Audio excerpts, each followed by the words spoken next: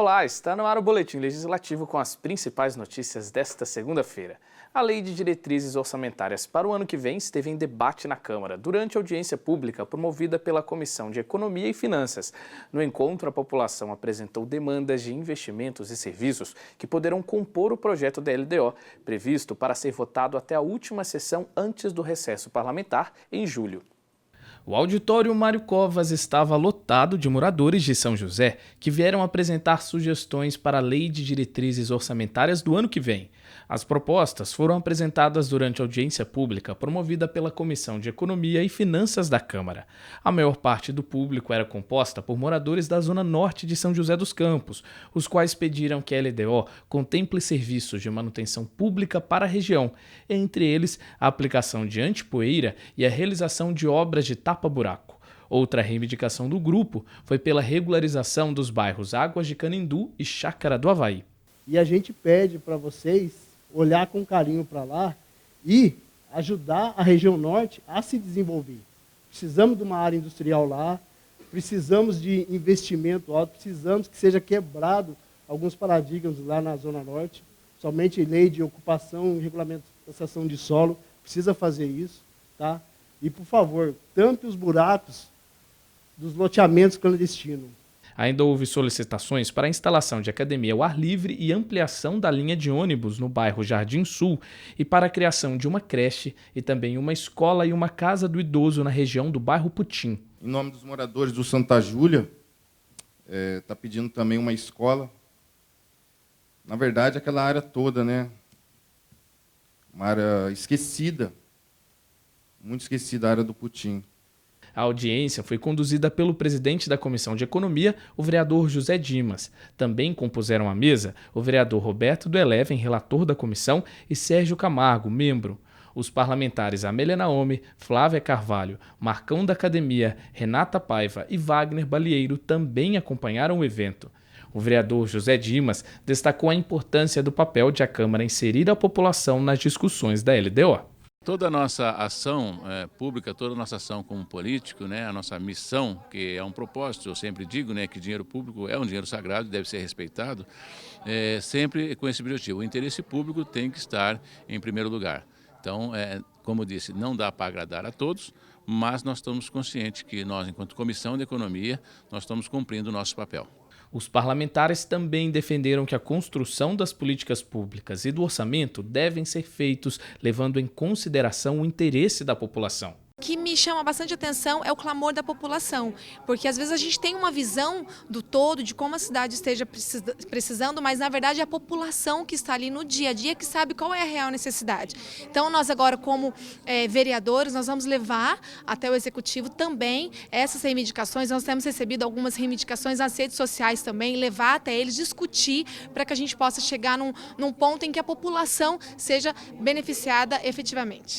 A população é dona do orçamento e o poder público ele tem que corresponder a essas demandas da população. Então foi muito importante, tivemos uma participação muito grande no dia de hoje aqui, bastante gente da Zona Norte, falando das demandas, falando da importância de manter obras que foram iniciadas no passado, que não deveriam ser destruídas porque é desperdício de dinheiro público, que precisa continuar sendo feito ao invés de desmontar, né? Então a participação da população é importante e foi muito sábia nessa audiência. A região inteira da Norte esteve presente, porque é uma região que está esquecida pelo atual governo, e mais do que isso, tem um descaso enorme no antipoeira, né? A prefeitura, infelizmente, não faz manutenção.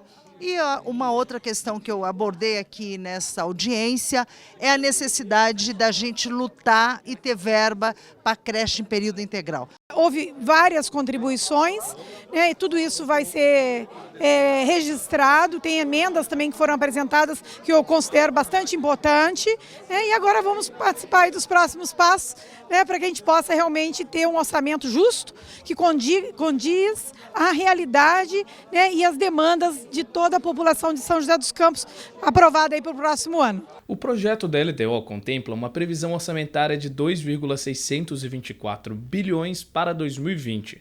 O valor representa um aumento de 0,41% em comparação ao orçamento estimado para 2019, que fechou em 2,613 bilhões. Os dados foram apresentados pelo secretário adjunto de Gestão Administrativa e Finanças da Prefeitura, Erlin de Souza Monteiro.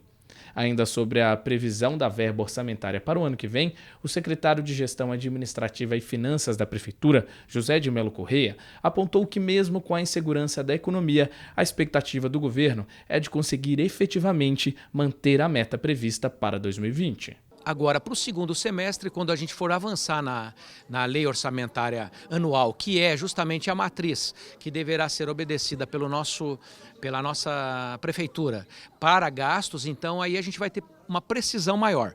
Por enquanto, nós entendemos que os índices são esses. Você pode olhar, você pode observar que o crescimento não é muito grande, né? Antigamente você tinha crescimentos maiores, justamente por causa da estagnação da economia brasileira e do PIB, que não tem crescido muito. De acordo com o projeto da LDO, a maior parte dos recursos está prevista para as secretarias de Saúde e Educação, que irão receber 710 milhões e 680 milhões, respectivamente.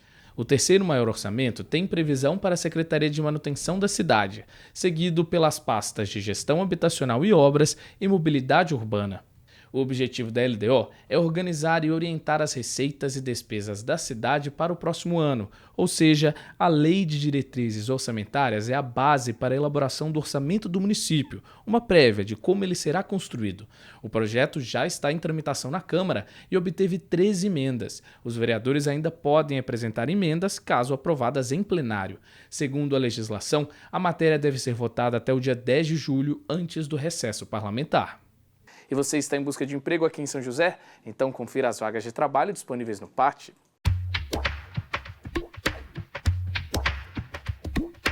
O PAT, Posto de Atendimento ao Trabalhador de São José dos Campos, tem oportunidades de emprego para auxiliar de serviços gerais, confeiteiro, consultor de vendas, eletricista automotor, fundidor de metais, instalador de alarmes, motorista de caminhão, pizzaiolo, técnico de enfermagem e vendedor pracista. Para se candidatar, basta comparecer ao PAT levando RG, CPF, carteira de trabalho e o cartão cidadão. O PAT fica na Praça Afonso Pena, número 175, no centro.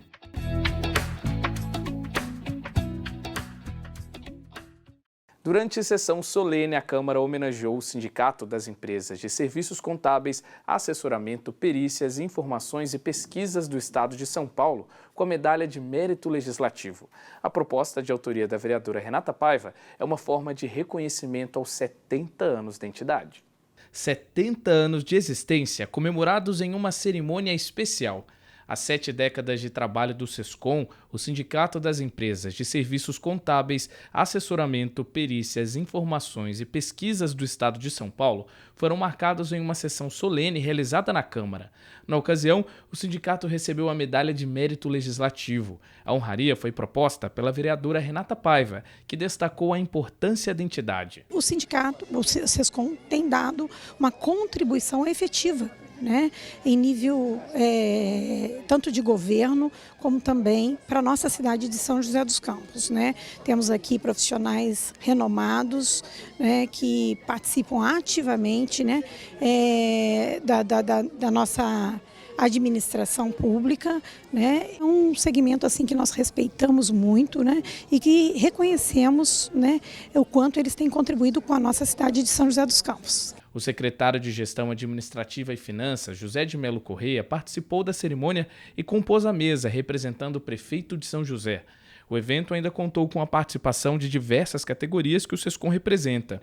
Durante a cerimônia, o diretor regional do SESCOM de São José dos Campos, Sérgio Juliano dos Santos, também foi homenageado. Ele citou a atuação do sindicato no município, especialmente no fomento ao empreendedorismo. Sérgio ainda destacou a importância que esta honraria tem para a entidade. É um grande mérito para a entidade, né? A entidade já existe no estado há 70 anos, aqui em São José nós estamos há 29 anos. É um marco, né, para a nossa profissão, para todo o empresariado contábil, que vai ficar gravado na nossa entidade para sempre essa homenagem. A Medalha Mérito Legislativo foi recebida pelo vice-presidente da ESCOM, Associação das Empresas de Serviços Contábeis do Estado de São Paulo.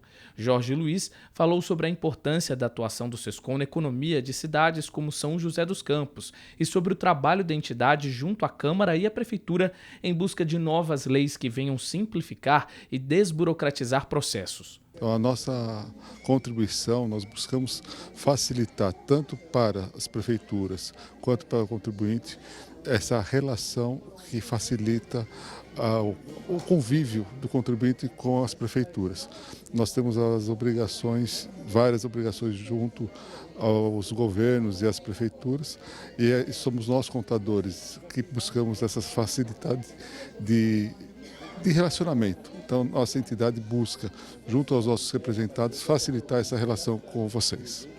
Atualmente, a entidade auxilia mais de 2.000 empresas. Cerca de 1.500 estão em São José dos Campos. A entidade ainda está presente na Sala do Empreendedor, atendendo pequenos, médios e grandes empreendedores interessados em abrir um negócio na cidade.